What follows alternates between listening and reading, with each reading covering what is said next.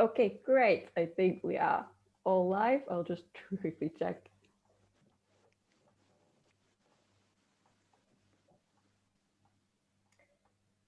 Great. Okay, hi everyone. So to those tuning in, welcome to the Federation of Young European Greens webinar on Let's Make the Economy Green. So if you're not familiar with FYEG, we are the youth wing of the European Green Party. We have youth organizations all over Europe, and we are fighting for things such as democracy and inclusion, climate and social justice, and intersectional feminism. And so coming into that, we were also talking about a narrative of system change, especially in 2020, where everything's a bit shit. So with that, the Social Europe Working Group have been planning and created this economics live. So if you were following our Instagram, you'd have seen the other week that they took over our Instagram stories to explore different topics to do with economics and how can we create economic system that is both sustainable and also protecting our social rights. So we have two very cool speakers to go into detail for an hour today. And with no further ado, I will hand the floor to Lysander and Emma, who will be our moderators for today. So thank you both. Hi everyone, also from my side, I'm Lysander and part of the Social Europe Working Group. I'm super happy to do this today with Emma and to have you, Senna and Rasmus, here today. Senna, you're the GroenLinks general election candidate in the Netherlands. You're fifth on the election list of your party, and you're also the policy officer for the Dutch Ministry of Finance. We're very happy to have you here and to have you as a speaker on this super interesting topic. Very glad to be here as well, and hi to all my European friends all over Europe. And our second speaker is Rasmus. He's a German politician from the German Green Party, and he's been serving as a member of the European Parliament since last year. And before that, he served as a member in the state parliament of a German state called Schleswig-Holstein. And he's fighting for climate and social justice, and especially also for the Green New Deal and the digital rights. Yes, thanks for inviting me. It's a great opportunity to discuss these important issues and yeah, to have some engagement around social and climate justice. It's seriously a pleasure to have you both here. We're going to start with a general question to both of you. Senna, you can start if you want to. I think the live stream's not working, so I'm going to stop, and I'm sorry, we're going to have to start again. Okay, no worries. I can't find the stream, so I guess you're right. Yeah, we're using a customizable stream key, and there's like, no, this is not working. So I will. A special behind, I would say. So. Sven, my colleague Sven Giegold, he said in one of the last meetings we had that maybe this is the Titanic because we discussed the budget blockade and rule of law issue related to Orban and Poland, and some of my German colleagues at least made fun out of that. I don't know whether I'm sure. But I don't think it actually is the Titanic. No, it's the Queen Mary. No, yeah. Well, Lysander definitely has the best background of all of us. Yeah, true. I worked hard. No, actually not. I met my sisters and she has this background, so I thought. Okay, now we're ready. Sorry about that. We'll start again. And then.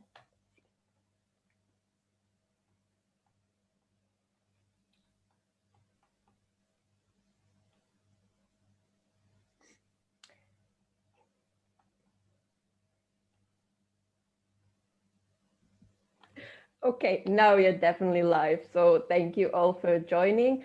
And welcome to this webinar of FYEG, which is Let's Make the Economy Green.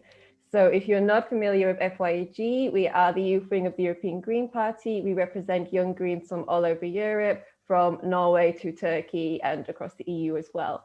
And we are fighting for things such as democracy and inclusion, for climate and social justice, and for intersectional feminism. And so with that, this year we've been doing a campaign of system change because 2020 has exposed all the shit things going on. And as Greens, we want to change that to make something better for everybody. And so with that, the Social Europe Working Group, you might have noticed if you follow us on Instagram, they took over our Instagram stories the other week to explore different topics related to the economy and what can an economic system do to make things that are environmentally sustainable and protecting our social rights. And so today we are going to go in depth with two very special speakers. And with that, I'm going to hand the floor to our moderators, Emma and Lysander, to take it away. Thank you. Hi and welcome also from my side. I'm Lysander and part of the Social Europe Working Group with Emma. I'm super happy to have two special guests here today, Senna and Rasmus. Senna, you're the GroenLinks general election candidate in the Netherlands, and you're the 5th on the election list of your party. And you're also the policy officer for the Dutch Ministry of Finance. So we're very happy to have you here today. I'm very great to be here. Hi to all my European Green friends across Europe. And welcome from me as well. My name is Emma, she pronoun, and our second speaker is Rasmus. And he is a German politician for the German Green Party, and he's been serving as a member of the European Parliament since last year. And he's primarily fighting for climate and social justice, in that especially for the Green New Deal and digital rights. Welcome, Rasmus. Yeah, thanks for inviting me. I guess it's a great possibility to have an exchange of view on these important issues and maybe to develop some projects going in the right direction. True. So it's a pleasure to have you both. We're going to start with a general question to both of you. In 3 sentences or less, describe the economic system you envision for Europe. Senna, you can start if you want to. Oh, that's so tough. It makes me think of the newsroom, you know, that scene. But for me, I would say a green and social economy that works for people and not companies. Okay, Rasmus, what are your thoughts in 3 sentences? Well, I mean, this is not really surprising that I would come up with nearly the same. A green economy which works for the people and the planet. Maybe this could be added to Senna's sentence. Great. Senna, you're number 5 on the list for GroenLinks in the upcoming general election, as I said. How are you using your economic background to create a convincing campaign, and what would you like to achieve if elected? Let me start with a small disclaimer. I was advised on 5, and then all the members of GroenLinks had the opportunity to vote last 2 weeks. So on Monday we get the definite list. But I am a prospective candidate and I'm very excited for the upcoming election. And I think, like we started in this introduction, with the weird times we're in, I feel, especially now with Corona, but we've been saying, I think in the Green movement, we've been saying and seeing this for a long time, that the system has to change. That a lot of the economic laws we use and choose to use, whether it's in European legislation and also nationally, is not working for people anymore and is harming our planet.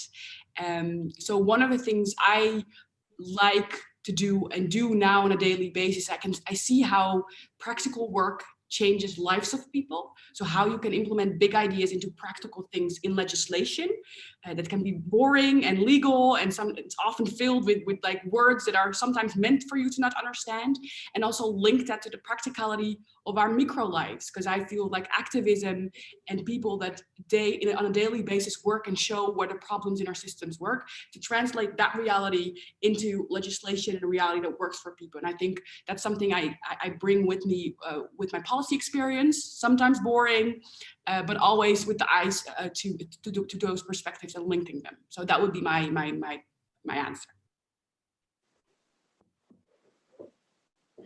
Thank you very much. And Rasmus, so you're in the committee of the European Union that decides on the budget of the European Union. And you've been working hard to make the European budget green and social. And can you explain to us briefly what the multinational framework is and what are its opportunities and current limitations? Yes. Well, I mean, working in the budget committee seems for many people quite boring because it's about figures and there are a lot of technical stuff you need to solve, and it's maybe not the most interesting committee when it comes to public communication or the big issues. But right now we can see how important actually the work also related to the budget in for the European Union, but it's the same on national level or in the municipalities actually are. And the MFF, the multi-annual financial framework, quite boring and technical word, is the budget for the European Union for the next 7 years. So there is everything in it where we need to decide, or where we have to decide on how much money we can spend and what the money should be spent on. And this is really important, and even maybe it becomes much more important right now because we are at the beginning of a big economic worldwide crisis.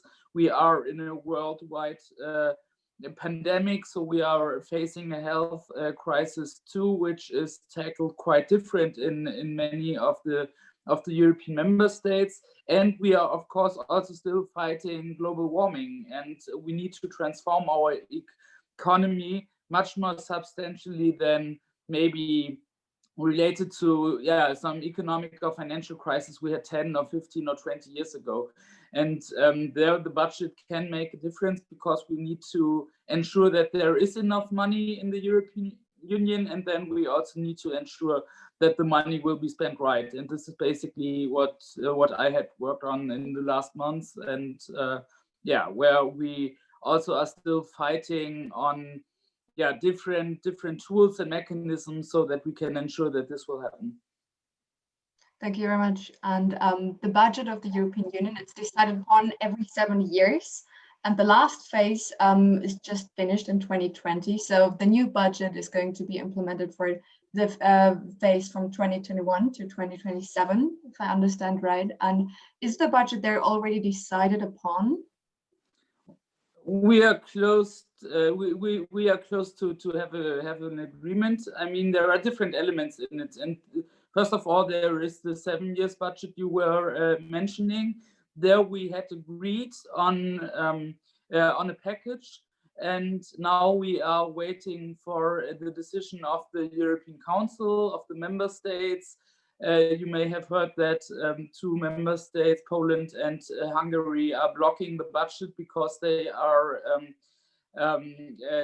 not agreeing on some elements in the European budget, which means that you just will get money from the European budget if you follow the rule of law, if you follow common European values. And there, Hungary with Viktor Orban, but also the Polish government are trying to block it because their fear is that this will hit them hard.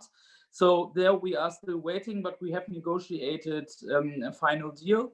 And now the question is, what is Hungary doing? What is Poland doing? And can we find a solution there or not? And on the other element, it's about the recovery instrument, the so-called Next Generation program. It's a program with different elements with around about 750 billion euro. You may recognize the long European Council meeting back in July, where the state leaders, it took 4 or 5 days for the state leaders to agree on the COVID package, let's call it. And there we are still in the final phase of the negotiations. But it's not like we already know that it will end up with the 750 billion, but it's more like the criteria for spending the money right. Like, for example, how much money should be spent on climate?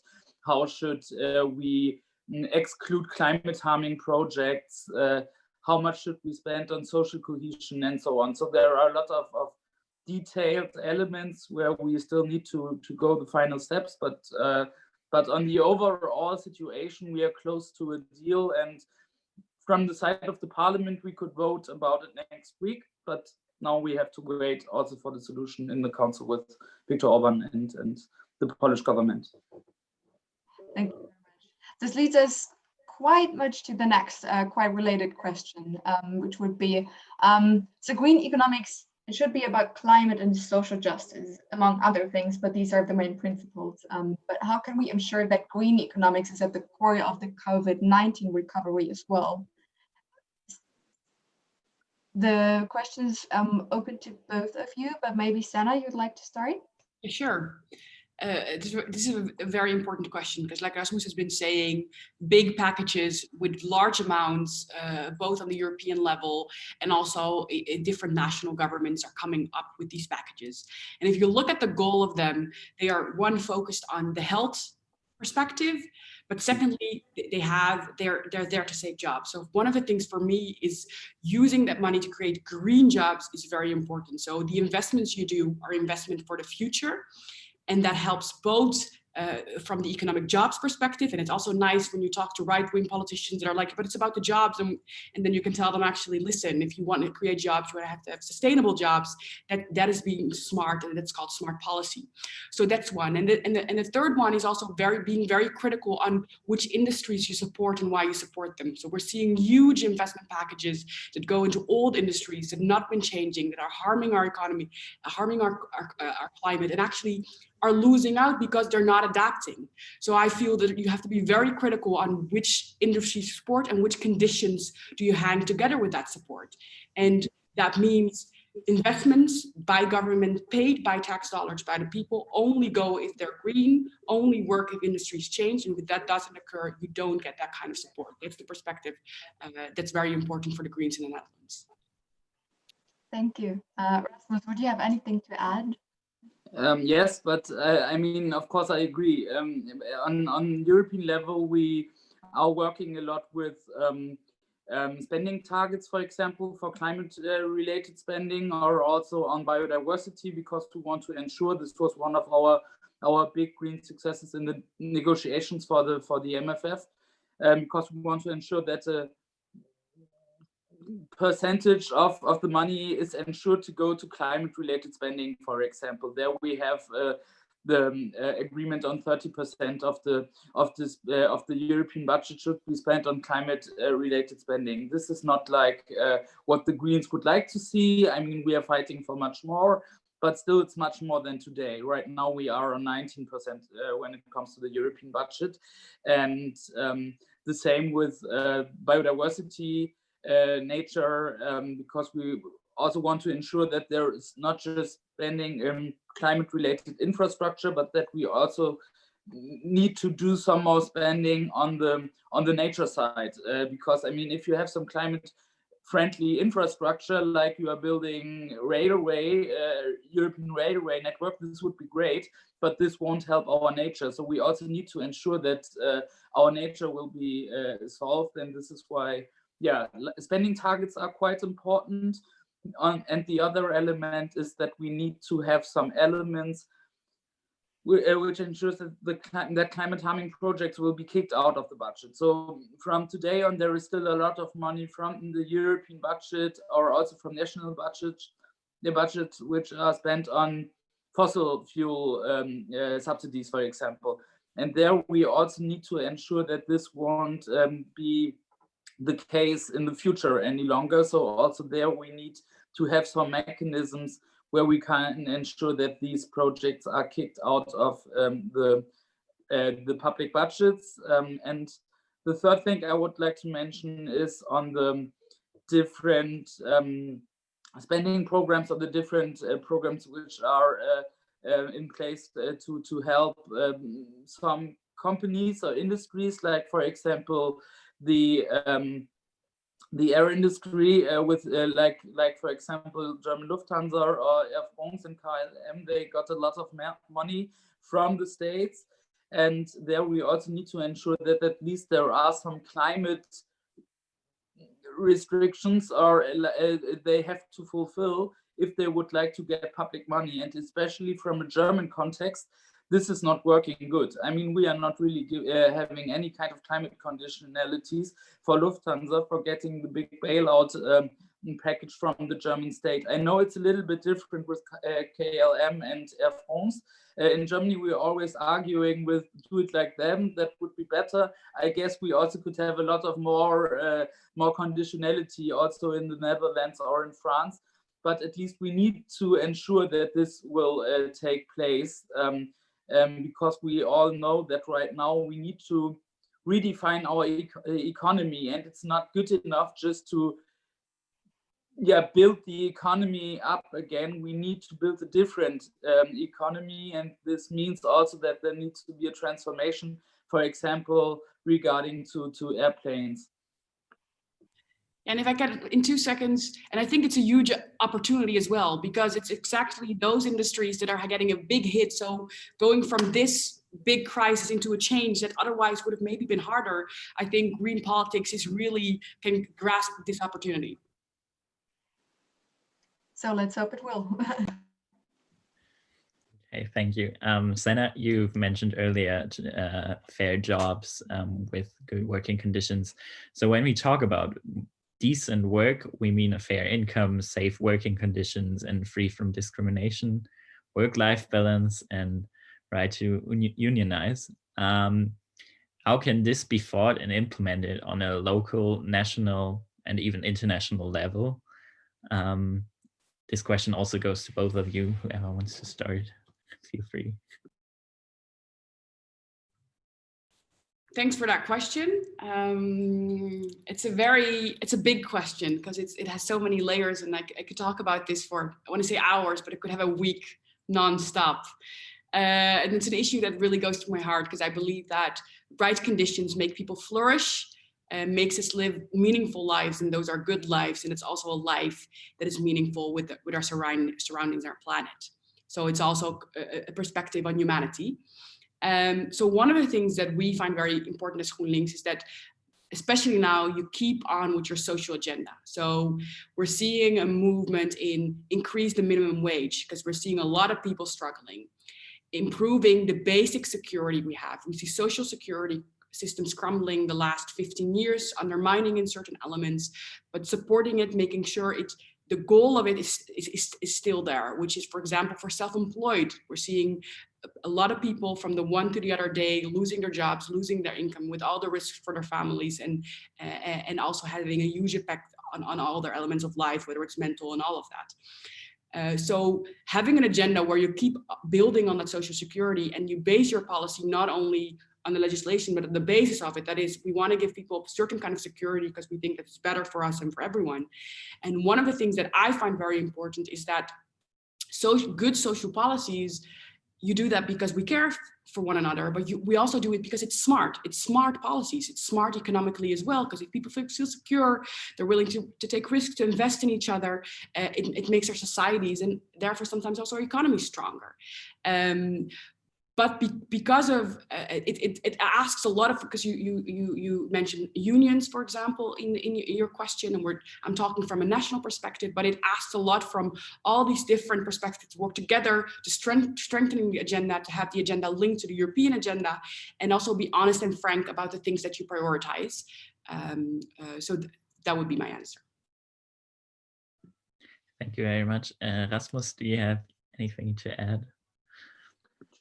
Very briefly, I think it's also important that we are Europeanizing the debate about social questions, because I mean, in many ways, questions like the one Senna raised are on national level, and I fully agree. And next year we have some important elections in the Netherlands and later in Germany, where I think it's also a green challenge, but also an opportunity to address it. And from my perspective, GroenLinks already had done this a lot in the past, and I think the Greens in Germany could also learn a lot from GroenLinks there.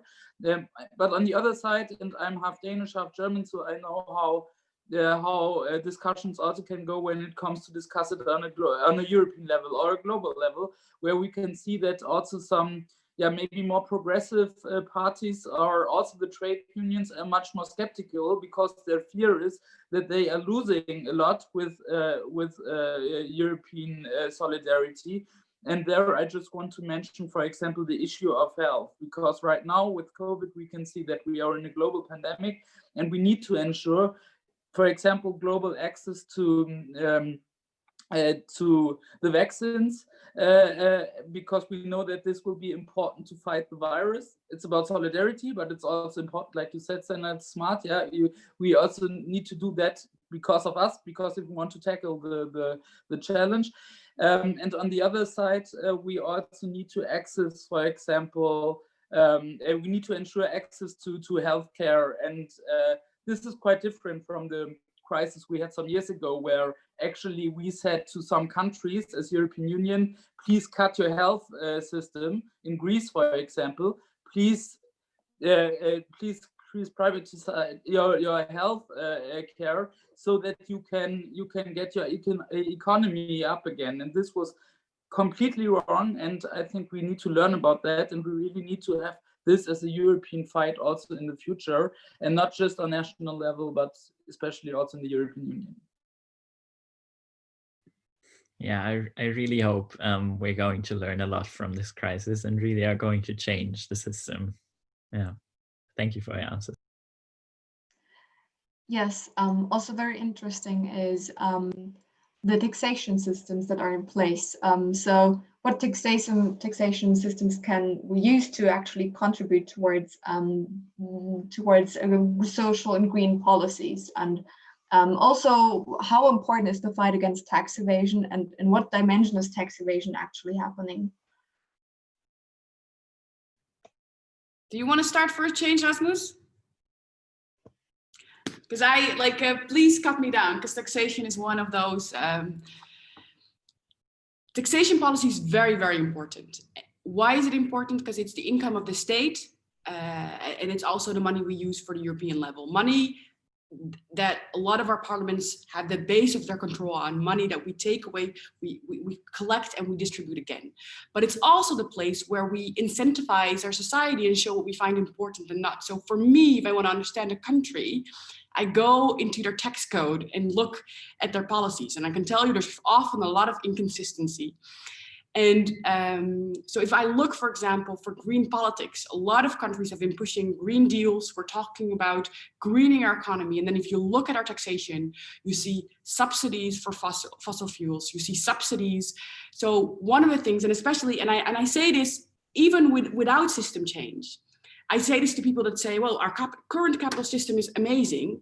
Those people I tell, well, actually, if you're a true capitalist, you're doing something very wrong, because you're not working with the actual true prices. If you are a true capitalist, and I'm not even talking about change, what I want to see then is fair pricing, which means that all costs are included. Because in that way, at least we do not incentivize people to whether it's against our climate, whether it's by undermining social costs because it's cheaper to not pay pensions. All these things are included in our tax system, often on a national level. What we see now internationally, the economy has been globalizing for the last couple of centuries. A lot of books have been written about this, complex mechanisms. We've been studying it. Maybe you've been doing it in your studies. You can have different ideas about it. But one of the things we've seen is that companies are working across national borders. And this is why I believe in our European project, and why it's so important to have rules and legislation on that level as well, and cooperation between different regions internationally. But also it means that you get this really weird competition where countries, and they think it's rational, they go like, well, actually, the neighbors are a bit cheaper, maybe we should go down. So if I look at different taxes, we've seen a slope that's been going down while taxes of household income has been raising, because we believe that individuals move less. These are things that are only solved by cooperation, and especially with profit shifting, and in certain cases, it's all legal. It's like companies using smart minds, hiring lawyers to go, well, this is how we should use the construction. I think these constructions should be broken down, and the only way to battle tax evasion is really good cooperation, whether it's in the OECD, on the EU level. We've been making huge steps, but I think it's so important, because that's the only way to tackle this, because at the end of the day, an individual country cannot do it alone. Rasmus, what are your thoughts on this? Yes, I mean, on European level, this will be interesting to follow in the next years, because much of the issues related to the COVID package I was talking earlier about is also related to the possibility of raising common European taxes or own resources to get the programs financed at the end.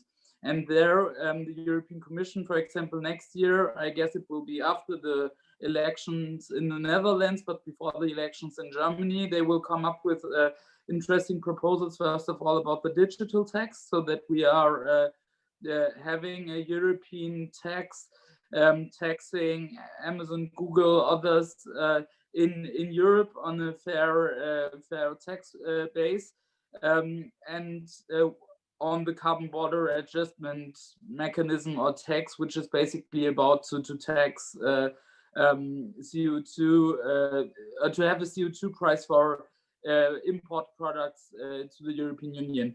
And this will be very interesting, because on both texts you could argue that this is good to have a proposal on European level and not on national, because I mean it's related to trade and it's related to our global role, where we know that, I don't know, Denmark alone won't solve the problem, and where we need to have some European solutions. And this will come after the Dutch elections, hopefully with the new government, with GroenLinks, and before the German elections, where I think also we as Greens should raise it also in our national campaigns. And afterwards there will be a French election in 2022. So there is an interesting time right now for these issues. On the tax question, you also really can see the power play going on in the European Union. And this is the last thing I would like to say, because it's not like that majorities have to vote about the digital tax, for example, and then it will be in place. Then we will have a digital tax already, because both in the member states, but also in the European Parliament, there are strong majorities supporting a digital tax, taxing Facebook, Google, and Amazon, for example. But the problem is that the Council, the member states, have to decide in anonymity. So this means that each member state can block it, and it's not even a decision the governments have to take, but it's a decision the national parliaments have to make. And this means that, for example, some member states more conservative on these kinds of issues won't have any kind of European solutions, because they think this is up to the national, to the member states to decide on their tax policy. This is, for example, an issue in Sweden. This is an issue in Denmark. This is an issue also in the Netherlands. I guess Senna can tell us more about it. In some elements, it's also an issue in Germany. And this is the problem, because there is no development on these kind of questions right now in the European Union. But my hope is that public pressure will even be higher, and the need will even be bigger, so that we can find some solutions. And maybe the US elections are also helping a lot, because we can see more progressives also pushing for some solutions on these kind of questions also in the US. Thank you very much. So if I understood rightly, the problem is that sometimes the European Union is stuck and not flexible, because they have unanimous voting instead of just a majority voting. That means that every state, every member state can simply veto, and it's not going to happen, even if 90% of all the states are actually agreeing upon something. Do you think that could change in the near future, or do you think that is not on the agenda for the next 10, 20 years at all? I guess you're asking me. Yes, sorry, yes. Yes. Question, so I mean, we need to push for it. And I mean, after the first year in the European Parliament, and I guess if you're talking to my colleagues, they will say the same, and not even just the Green ones, also from other parties. There is a big frustration, because we are working on solutions, and if the Parliament would have the same power like you have national parliaments deciding on lawmaking, for example, then we would be much faster, would have some strong solutions much faster. And this is why I think we need to push for changing also the rules like the European Union are working with. And there is one possibility besides of public pressure on the content. I mean, this is also really important to have movements pushing in this direction when it comes to climate, when it comes to digital, also to addressing tax issues, for example. I know sometimes it seems to be boring, but it's important to do so. And on the other side, there is the Conference of Europe, which is actually in place for discussing structural change in the European Union, which means that we also need to discuss the way the European Union is working on. And this should be one of the issues which we should raise in this Conference of Europe. And the Conference of Europe, just to explain it, is not just something where MEPs and member states or the Commission is discussing. The goal is that civil society should be included, and that civil society can come up with their thoughts on how Europe should look like in 10, 15, 30 years. And there is a real possibility, at least for public pressure on this issue as well. And the fact that you have a working group and that we're sitting here together and that young people across Europe are sharing ideas, and also that is also pressure. We see the attitudes of a generation also changing, and Rasmus is totally right that this kind of institutional change, I have so much respect for you that you stay so, like, there are days where you could think, well, nothing's going to change. The system has been the same for how many years? We've had so many of these discussions, but continuing with good ideas, at the end of the day, there's always a moment, hopefully, where everything comes together. But a session like this, the papers you write nationally, the conversation you have among the Federation of Young European Greens, those are also very important because that's where ideas are born and spread. So as we are talking about big ideas and our visions for Europe, of course, one big topic within FYG is universal basic income. And we are wondering, what are your national parties' thoughts? What is there a discussion in your country on UBI? And also, what are your personal thoughts on this new visionary system? Also for both of you. So. Thanks for this important question.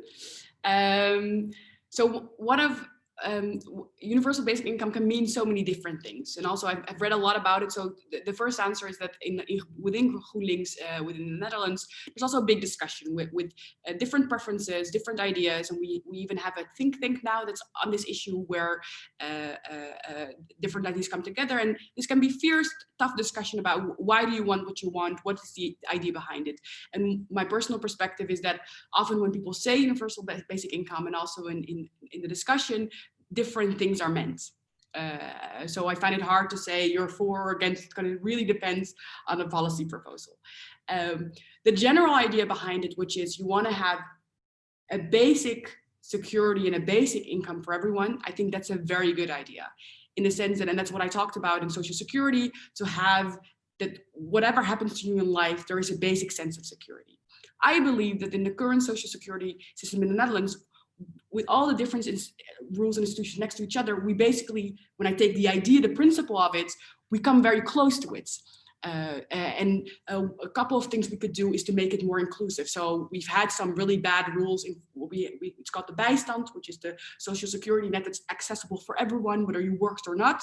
We've put some really nasty rules in there that are meant to push people away. Well, those rules you should take out. But I think if I look from that perspective, I think we have we can come close to a very effective basic security net.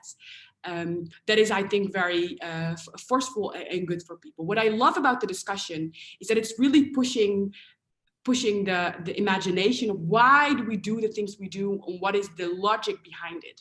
So a big discussion in the Netherlands is about how effective is it if you give everyone, also people with a really high income, the same couple of €1,000, what's going to happen? And you see that in that discussion, the first reaction of some is to say, but that doesn't make any sense. And it becomes a very emotional discussion. But I think the discussion in itself is so important because it really forces you, why do I choose for focusedness? What is the trade-off that I'm making? Are there laps? Are there groups that are now not fitting in that social security system? So I would be on the end where I take the general idea and put it in the current institution because I think that is easier to implement right away. But this discussion has really sharpened my ideas about the failures of our current system. So that would be my personal perspective. And in GroenLinks, I think at the moment we're really open for this discussion to have it as sharp as it is. And we definitely include elements of universal basic income, but have not implemented the general idea like it's discussed. Rasmus, what are your thoughts? There was the delegates conference a few weeks ago in Germany where this also was discussed. And do you think there's also a European solution to UBI? Well, yeah, I'm a big supporter of the idea of universal basic income. Actually, I learned some days ago from your chairwoman of Grüne Jugend, Anna, that you're actually not supporting the universal basic income any longer in Germany. But I was one of them fighting for a majority universal basic income many years ago in the Green Youth Organization in Germany, and I'm still on this line. And I think that for me, in Germany, it has a lot to do with the discussions we had 10 years ago, 15 years ago about the so-called Agenda 2010 and the social reforms the red-green government made at that time with Gerhard Schröder as chancellor. Germany had been in a big economic crisis, and they basically cut the social system and created this what we are calling Hartz IV now, and there we thought that this would be completely wrong, or is completely wrong, related also from a humanity perspective. I mean, for me, it's about to secure income so that people can live a life without any kind of conditions. And for me, this is a question of human rights. And at least in a German context, we can see that our social system is quite complicated, that many people are living a life in poverty, and that also the very well-driven German economy in a way still creates a lot of social polarization, and we need to get away of that. And I think that what we did as party last week in our party conference, in our program, we decided on was very clever, because we said that we would like to integrate the basic principles of a universal basic income, at least as it is discussed in the green context, but we are still seeing that this will not be a solution for the next year or something like that. So we have the principles in mind, and we're trying to transform our social security system in a way that this will be the case. And this, I think, was very good, and I was one of the supporters of I signed the amendment from our colleague in the Bundestag who came up with that, and afterwards got a majority against our party board.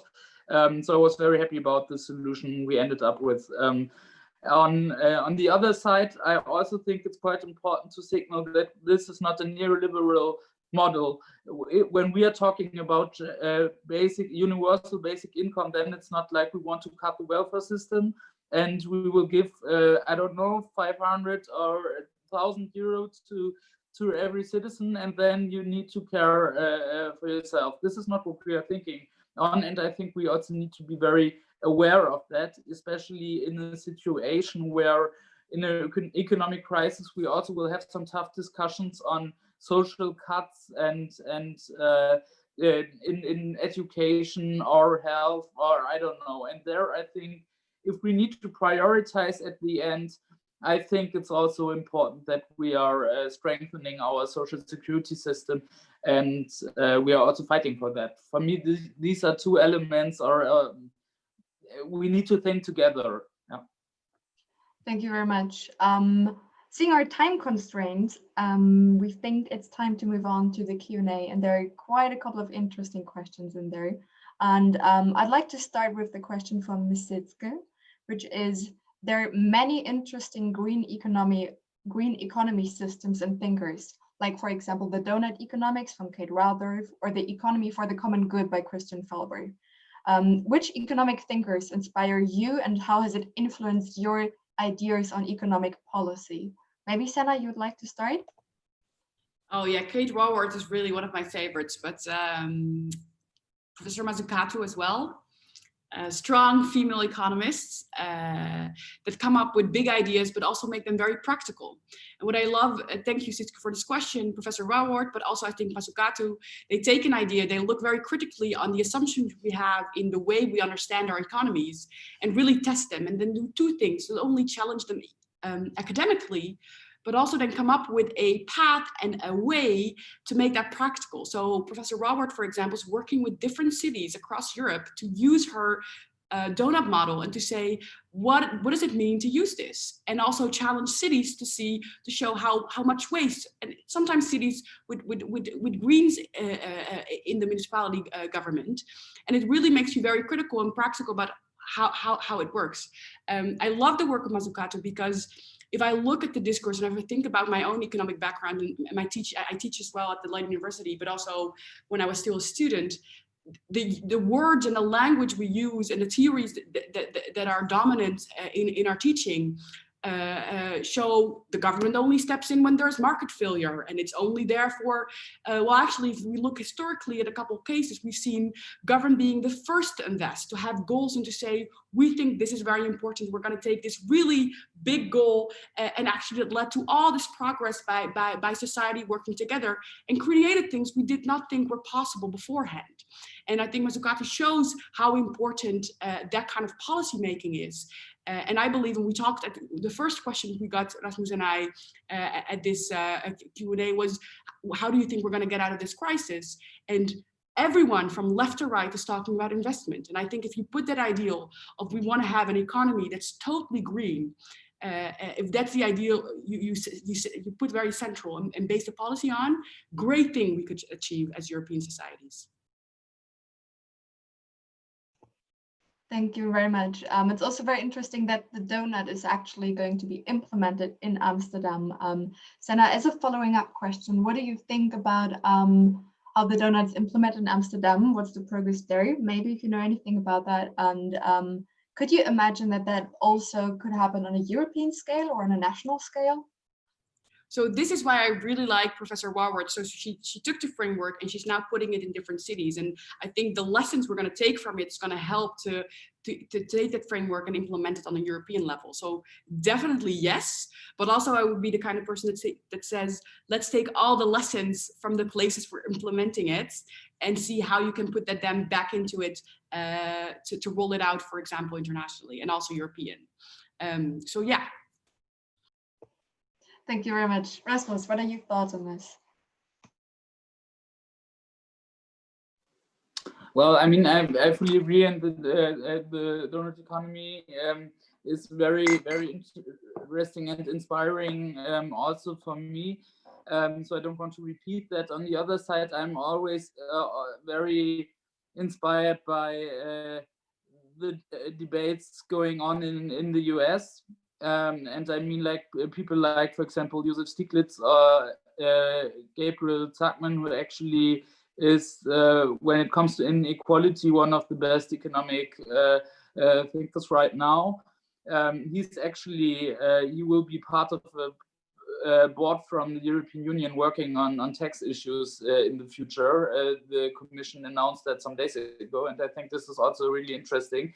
Now, also to get some progress there. And then actually, I just would like to mention, and then Thomas Piketty, of course. And then I just would like also to mention Naomi Klein. She's actually not an economist, but I think she's very good in pointing out where the problem is related to capitalism, inequality in our societies. And she's not an economist, but still I think she's doing a great work there. And she's at least also a person who has inspired me a lot when it comes to the Green New Deal and perspectives for the Green New Deal. Perfect. There's also a lot of other questions. Katja, for example, asks, how do you feel about a European CO2 border adjustment tax, and is it even politically feasible? Rasmus, do you want to, or Senna, do you? I can do that. I mean, I already said that we are. I fully support that. I think this is a good.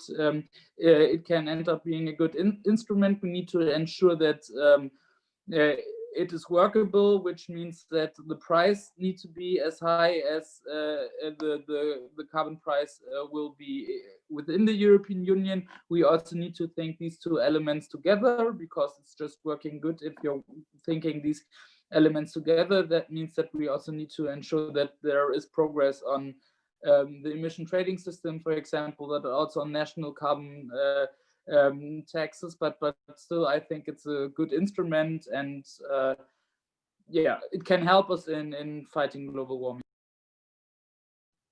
I totally agree with Rasmus, and I think also if you look at what CO2 does, it doesn't really care about borders. So the European level is all the level to really tackle this. At the same time, we talked about it before, the reality of political blocking, of institutional limitations. So GroenLinks' strategy is to have a very ambitious national policy where you always keep the European level in mind, so you can grow towards that, and hopefully at the end you have your European CO2. But if that doesn't occur for whatever reason, you also want to have that ambition on the national level.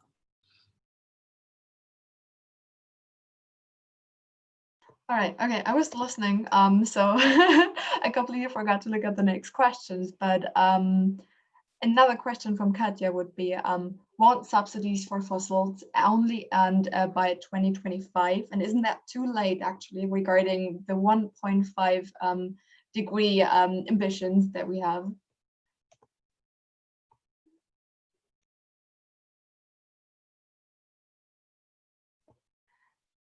To give you some time to think about that, Senna, would you like to say something about that?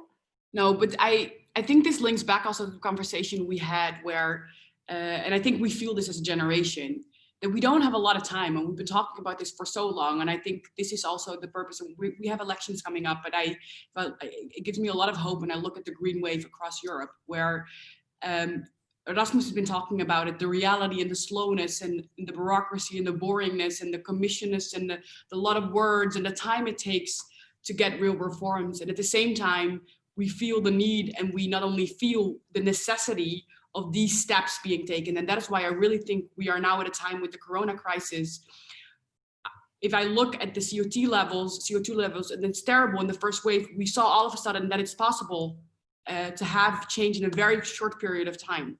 So I really, really hope that it's going to be possible in the Netherlands, where we're going to be in government as GroenLinks and have a very, not only in words, but also in action, a very ambitious climate agenda, because it's needed, because we don't have another 10 years or 20 years to talk about it. Action is needed, but it requires winning elections, and it requires people like Rasmus doing all the important work every day. And you're right, the timeframes make us scary sometimes. And this is why I think our generation should stand up and really be there during the next elections, whether it's in Germany, whether it's in Denmark, whether it's in Turkey, everywhere, to show up and vote. Thank you. Rasmus, any thoughts on this?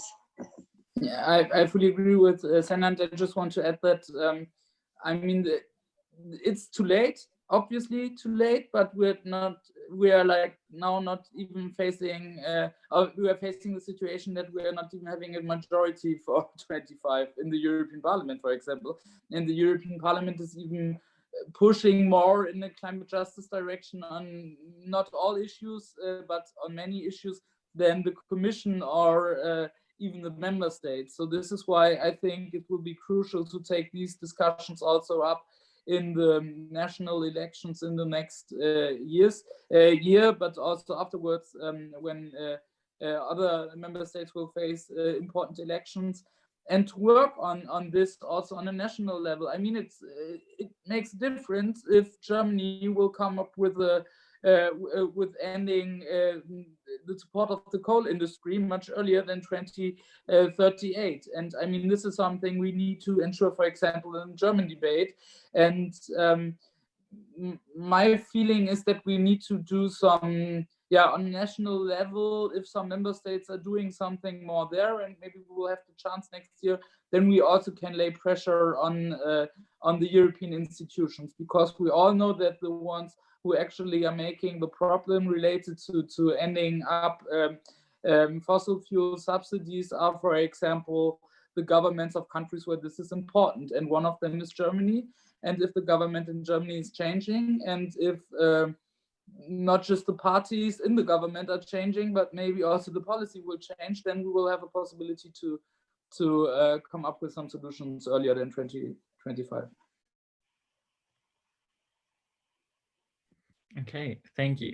And then we're going to pick the last question, as the time's almost up. Sorry if we didn't get your question, but it's interesting to see how many people care about this issue. So actually, we've been talking about many visions, many ideas, things that are currently stuck because of the system. And that's exactly what the next question is about, how we can organize system change. What are your opinions? Should it be organized from bottom up or top down approach? This also goes to both of you, so. Excellent question to end this amazing conversation. This is one I've been thinking about a lot. So I told you before that I work as a policy economist for government. If you look at government buildings in the Netherlands, they're all towers, they're very high, and then you're on a top floor looking down on the people, and you really think, is this where it's? Is this the perspective you need to take? Is this the way it goes? And the same goes when I'm as a citizen, I'm at a protest, and I'm standing there with all these people from the root movement, people that stand there every day, not only when there are crowds of thousands, but sometimes just the 4 of them, sometimes just the 5 of them. And my belief in all my thinking, and this might change, so I would really love to hear how you all think of this, is that at the end of the day, you need it all. And then I think I started with this I don't mean it as an easy answer, but if I look at historically when we had change, you had mass movements, and mass movements only start when small groups of people stand up and really believe in their ideas and work their butts off to show this is important, even when nobody's listening. You need that to have a movement, but also you need people at the end of the tunnel that listen to that and take that and create good policy. So when Rasmus says we need maybe not only a new government and new parties in government, it also helps when civil servants or when certain plans become practical, so that from the top up you help. But I don't think top up works alone, and I think bottom up movements have changed history, and at the end that's where power comes from. But then you also need from the top the help to make it into legislation. Yes, I mean that, for example, the European Union is prioritizing the fight against climate change is because of the Fridays for Future movement in a lot of our countries, and that the European elections had been a climate election in many of our countries. And so this already says a lot about how important movements are, how important pressure from the public bottom up is to change the system and to change the institutions, and to also to help us to build majorities in the institutions for real change. On the other side, we are also arguing a lot, and of course this is true, that we don't have time to wait. And this means that I fully agree with Senna on that you need to go both ways, and you won't change the system without movements, but you also need to do some action much more faster than we maybe would have done 10 years ago. And this means also that you can't just wait on a bottom-up approach, but you need to find the different solutions with integrating different elements. So maybe this bottom-up and top-down thing is maybe not the right way in describing what we actually need now, but still without public pressure, everybody's lost. And I think this is really important also to say, because sometimes I know that also from my political work, for activists, it can be quite frustrating to see politics just moving quite slowly, and you get the feeling that nothing is really changing. But this is not true.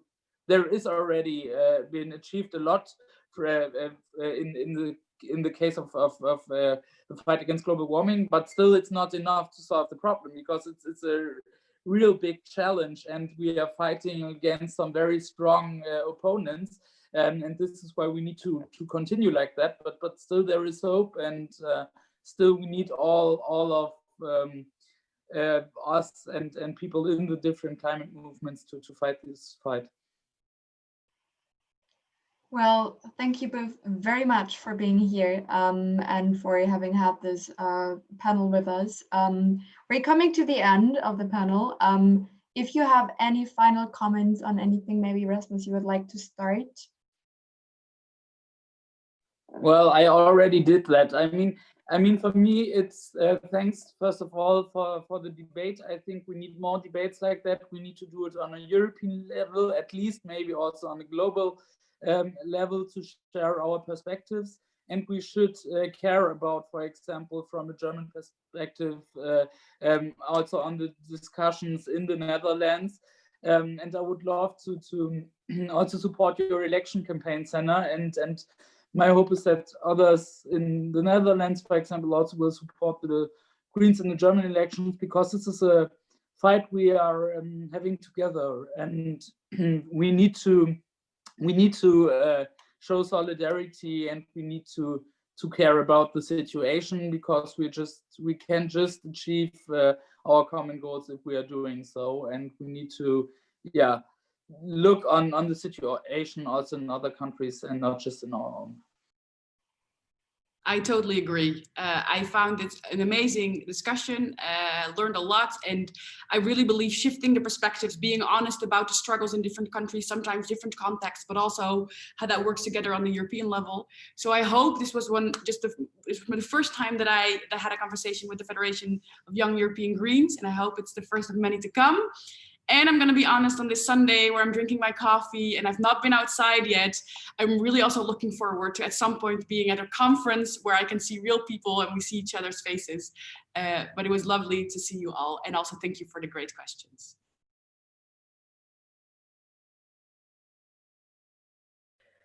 Cool. I guess I can just come in just to say thank you both so much for this. It's been really interesting. I had my camera off, but I was like clapping my hands and jazz hands and everything along.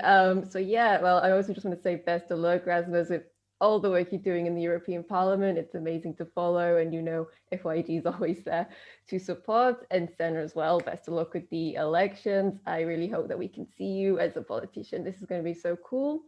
Yeah, and so just as a final note, I just want to say, I think I forgot to say who I was at the start of the webinar, but my name's Eleanor. I'm one of the co-spokespersons of FYG.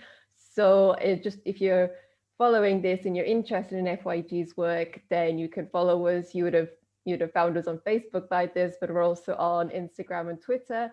We are also on Telegram. So commenting on the do we have a top-down or bottom-up approach? FYG is cool because we do both. We work with our politicians and we also work with our activists. So on Telegram and WhatsApp, we have the Green Team channel to share all of our activism adventures. You can find all this information on our website, fyg.org. We also have other working groups. So we have the Feminist Network and the Just Transition Working Group that are meeting regularly. So to people, if these topics interest you, definitely get involved. Next year, we will be looking into democracy and inclusion more. So I think that will be very interesting to also get some of these discussions into that, such as Conference on the Future of Europe, and these all a lot of many things. So yeah, and hopefully they can be also in person as well. I really hope, because we do have a lot of cool events that you are both very much welcome to when they can be in person. But for now, thank you all. Thank you, Emma and Lysander, for the wonderful moderation, and enjoy your Sunday afternoons.